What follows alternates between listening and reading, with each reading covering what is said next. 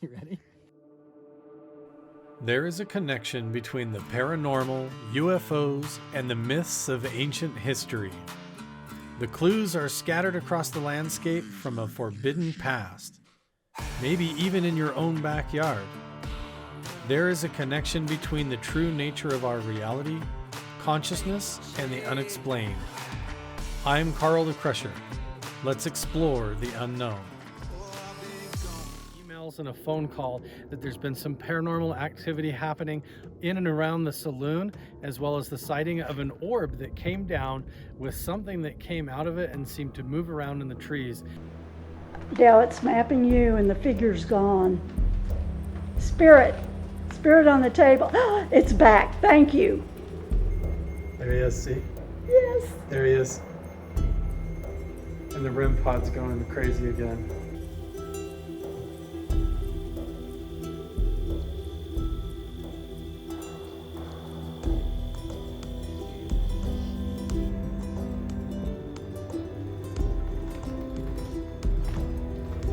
This is that door we were filming that figure.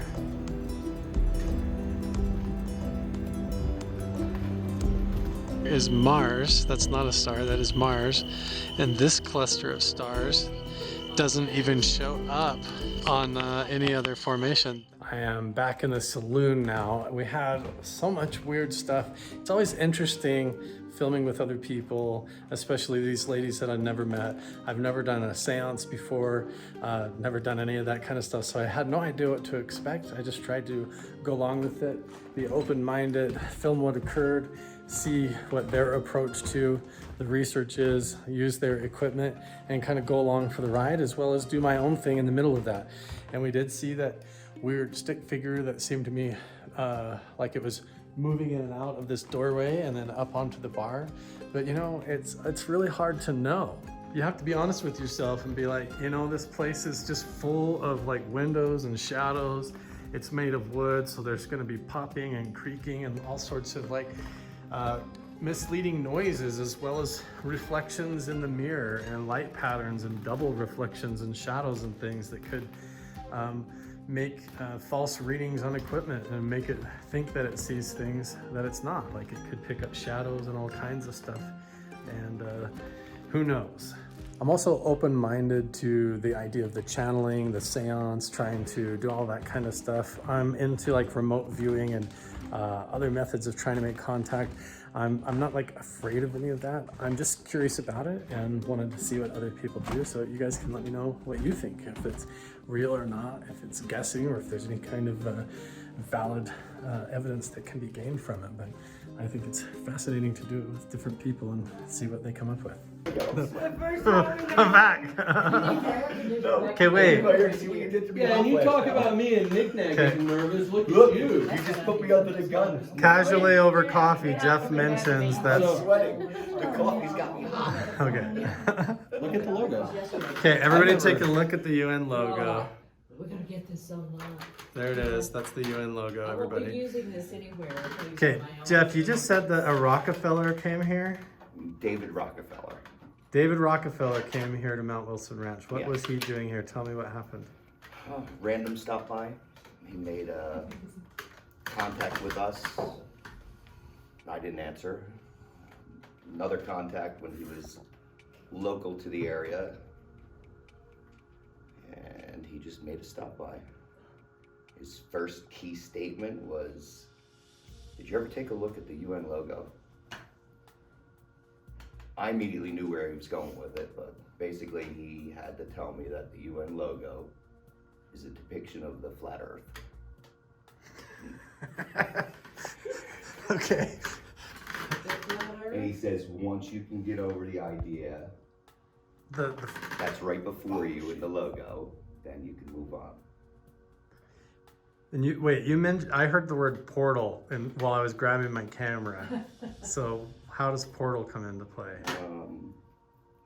Well, I'll have to throw knick-knack into this as well, but he basically, he was here with his girlfriend, and his girlfriend was a unique person. Yeah. And they were both here to check out the portal. That's what they said they were here to do, is check out the portal. Yeah, that was all they were here to do. Okay. That's Whatever odd. that meant, who knows? But I've heard about a portal from some other, well, another person. Right. Well, and we know from that book right there on the table that, you know, they were up there with Jacques Vallée and those guys with Bigelow in the early days of NIDS, and they were trying to do close encounters of the third kind stuff up here, right? That's what it's sounding like. That's so weird. It just keeps getting weirder. I was here, I got here the day after he left. Maybe it was the day he did leave even. And we don't have a single picture. But this guy was wound Nothing. for sound for They didn't, you know, a there was long time no after the Rockefeller was here. transaction with Yeah. them. They just came in and left. That's so bizarre, man. Okay, so your name's what now? Ron Salterberg. Ron, and you So- had an encounter up here or a sighting? It was 100 miles north of Mike Springs, north of Mount Moriah. Okay. It was about 10 o'clock at night, pitch black. Me and my dad were up there by ourselves, so we're, 100 miles from Highway 50. Whatever, Sacramento Pass, whatever. Yeah. And so I walk out in the middle of the road from the fire pit to go to the bathroom, and I look up and I see this. It's way up there too, a little tiny object, whatever, but the whole mountain's lit up. And that mountain's 20 miles from me. I mean, the whole thing's lit up. I'm like, Dad, come here, check this out. We're just like in awe. Like, what is this? I mean, the bright light, the whole mountain. And it's bigger than, Wilson. Yeah. And then all of a sudden, it's gone. But the lights still lit up, the mountain's still lit up. And Really? I timed it with 20 minutes before it completely burned out. Really? 20 minutes. Like it had focused some kind of energy onto the Only hill thing or I could anything, or... figure after thinking about it is it was moving so fast that faster than the speed of light. I mean, I don't know. Yeah. Because it took 20 minutes for it to completely go out to where it was just normal again. 20 Wow. minutes, because I timed it. Really? And then my dad looks at me and he's like, well, you can't tell anybody because they're not going to believe you. Was there any shape to it, or just looked like a ball of light, or? It was just a tiny little deal with light. I mean, but like I said, it was way up there though. I mean, it was way up in the air. That's wild. Yeah, Isn't that and what... it went straight north, or not quite north, but that way. Right. So didn't Bigelow, Jeff, didn't he mentioned to you that he thought there was a base inside Mount Wilson, or like in some other dimension or something, or who knows what, right? Portal. Through the portal. Huh. Maybe you saw a portal. I don't Who know. knows? Who knows, right? Yeah, Yep. it was Wow. pretty wild. Pretty wild. Thanks for sharing Yeah. that, man. No problem. You gotta go back to that topic real quick again. Your father did what? He worked at Area 51. And So everybody works there. Hang on. Okay. I'm gonna move my camera. he, Okay. So you've done work out there. Your dad worked out there. The guys that just talked up there, they all worked up there. So what the heck happened to where, okay, you're Adam. Let's introduce everybody to Adam. Adam, what's your involvement up here? So your family lived up here, worked up here? I've lived up here for the last coming up on 6 years full time. I'm in and out of home because of my job. Like when I'm home, but when I'm gone for work, I'm not home at all. Right. So, lucky enough to live up here now. My dad lived up here for quite a few years, passed away, and now I'm lucky enough to live here. And So I'm this is lucky enough before that you've taken over the property, Yeah, way he before. was, his dad Shorty was here before me. Okay. Yeah, Madam was like a little kid. yeah, I was Basically around got here. 10. We've had property here since. Gotcha. So So was your dad, did he encounter, before I turned the camera on, you mentioned they were seeing stuff in the sky flying over. Was there anything on the ground, or tell me some of that? Or I would That say started- nothing on that. Like, so my dad worked at Area 51 for a lot of till I was probably 8, 9. And like we deer hunted. I'm a big hunter to this day still. Excuse me. So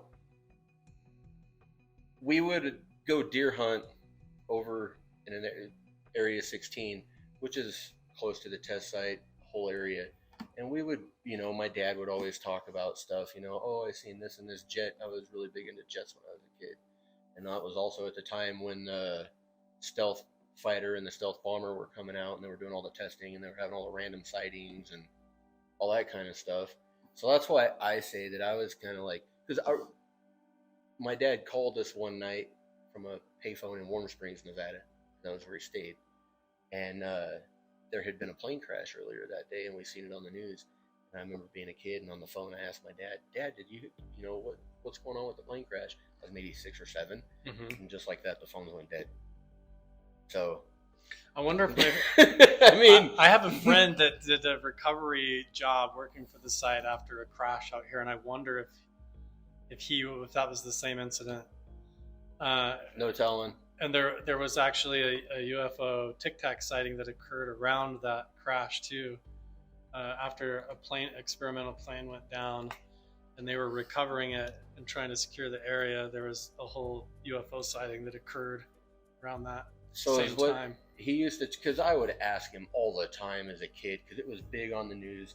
That was, I think, when like George Knapp was really coming into his thing, and we always, we had 8 stations growing up. We didn't have cable yet, so I remember seeing that, and then I remember like not necessarily being told not to talk about it, but like it wasn't a big subject.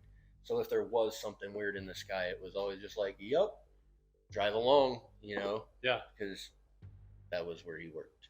Yeah, and it also told me numerous times that they called it, I don't know, anything you can think of is out there. The whole Disney, they call it Disneyland, all the names, all that stuff. And that Dreamland, Disneyland. Yeah, and that was in the late 80s.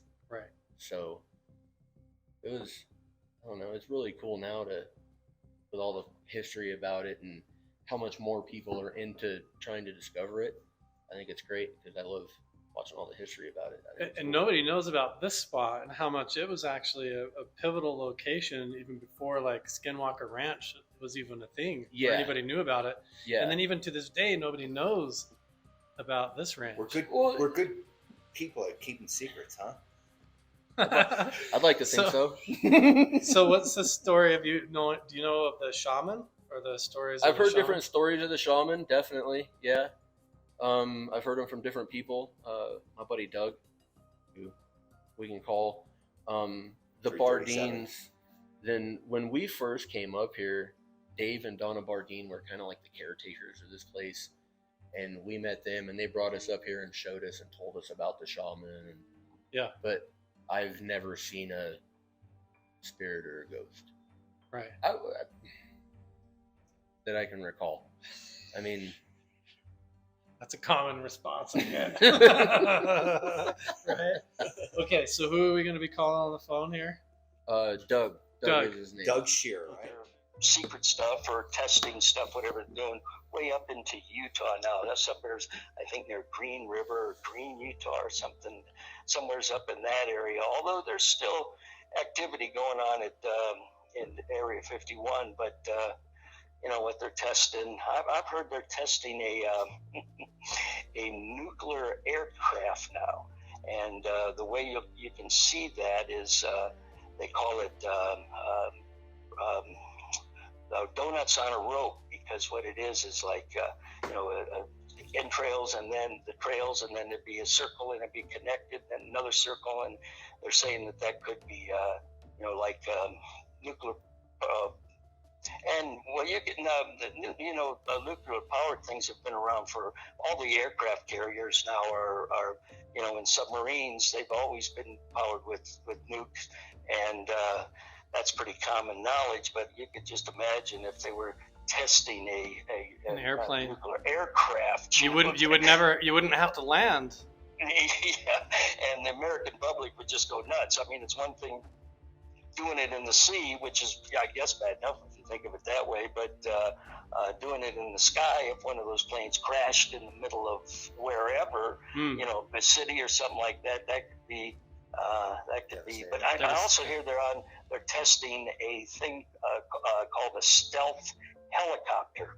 Now, exactly what I envision, like what would look like a stealth fighter or bomber, but I hear they're testing that too. So it's still a lot of activity going on out there at 51. Sounds like that could definitely get a stealth helicopter could easily get confused for a UFO. It sounds like. There's been some people up there that have seen things, and yeah, there's an Indian shaman spirit that they say.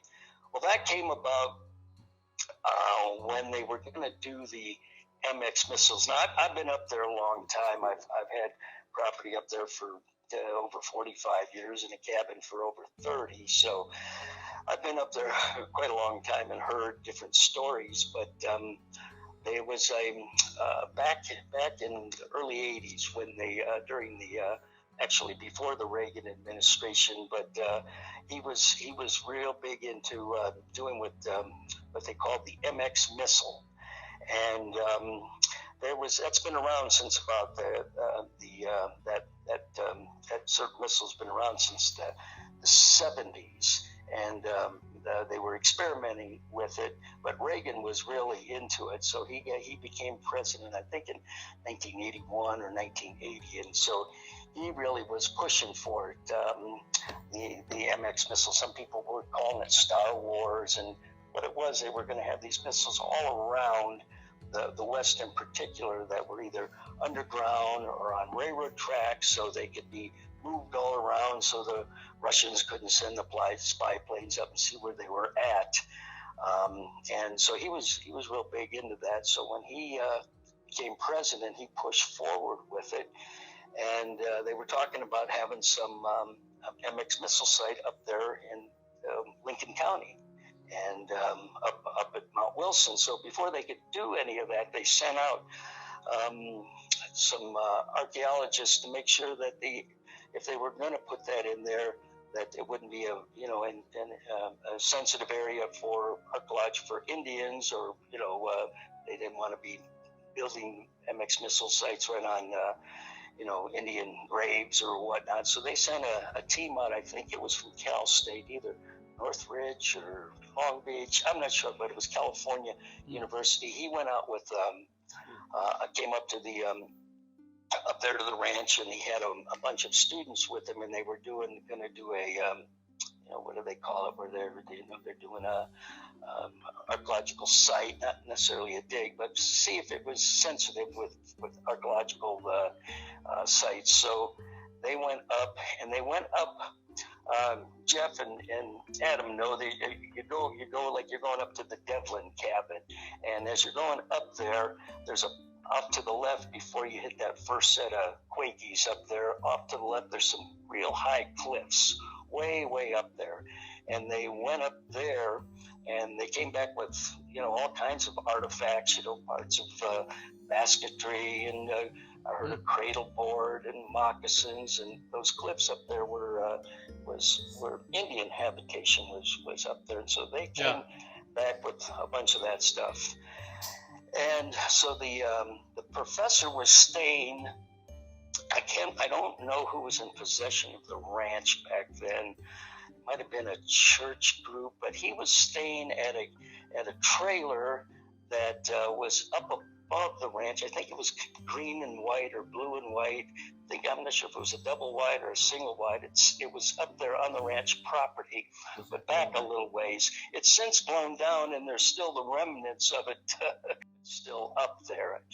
And he was staying up there, and he came out of the trailer one time, and he opened the door, and here, standing right in front of him, was an apparition, and he could tell by the way it was an Indian. His facial structure was, his dress, his adornments that he had on. Yeah, he figured him to be about 600 years old, and I think it was Shoshone. He said that his ancestry was, and it just looked at him. He looked at him, and it just kind of turned around and just walked off and just evaporated. It was gone. It was gone. And he said from the stuff that he had on, he could easily have been a shaman. And he said it was malevolent spirit that wasn't there to do harm, and that spirit has been seen by various peoples up there over the last 40 years or whatever it's been. And I haven't seen it, but I've heard of other people seeing it and having those kind of experiences with that apparition. Now, one of the gals that was up there lived up there for quite a long time. Her and her husband, Dave and Donna Bardeen, I'm sure Jeff and Adam know who they were. She was kind of into it, and she was driving around one time, her and her girlfriend, who was, I think, half Paiute Indian. They're on their quads and just, trail riding around. And they were going on the road.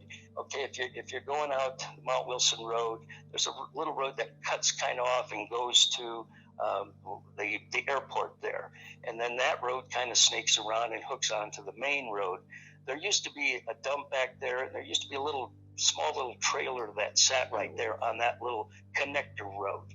And so they're on that little connector road, going back to the main road and cutting back to their where their house was up there at Mount Wilson. They lived up there. Again, Adam and Jeff know which house I'm talking about. And so they're going through there, and they both get through, and they get onto the main road. And Donna said, "Oh, did you go through that?" And she said, well, yeah. She said, but it kind of, Donna says, it kind of felt like a spider web. And if you've driven around up there on quads, you'll go through a spider web where a spider has strung a string from one tree to another tree, and you go through it across the road, and you go through it, and you can feel it. And her friend said, no, that's not what that was. She called it a psychic web. She said, I felt it when we went through it. Whoa, dude, I just got the weirdest feeling right there. Something just moved. So when I walked through, I didn't want to say nothing, but I got What chills the on me. I felt like I had dude, something just moved through here, man. Cobwebs came across. That's why I stopped right here. No, right. I felt that something moved right here in the corner. Something right here. I may have even got the audio of that on camera. I literally turned because I thought that maybe you were like hiding there playing a joke on me. No. Dude, okay. Wow, dude. Okay, that was crazy. An entire rush of energy went up through my body, and all the hair on the back of my neck just stood up like something was coming up behind me. Whoa, dude. I don't know exactly what they were talking about. Is this the bed where the apparition appeared? I'm not sure. I'm just like...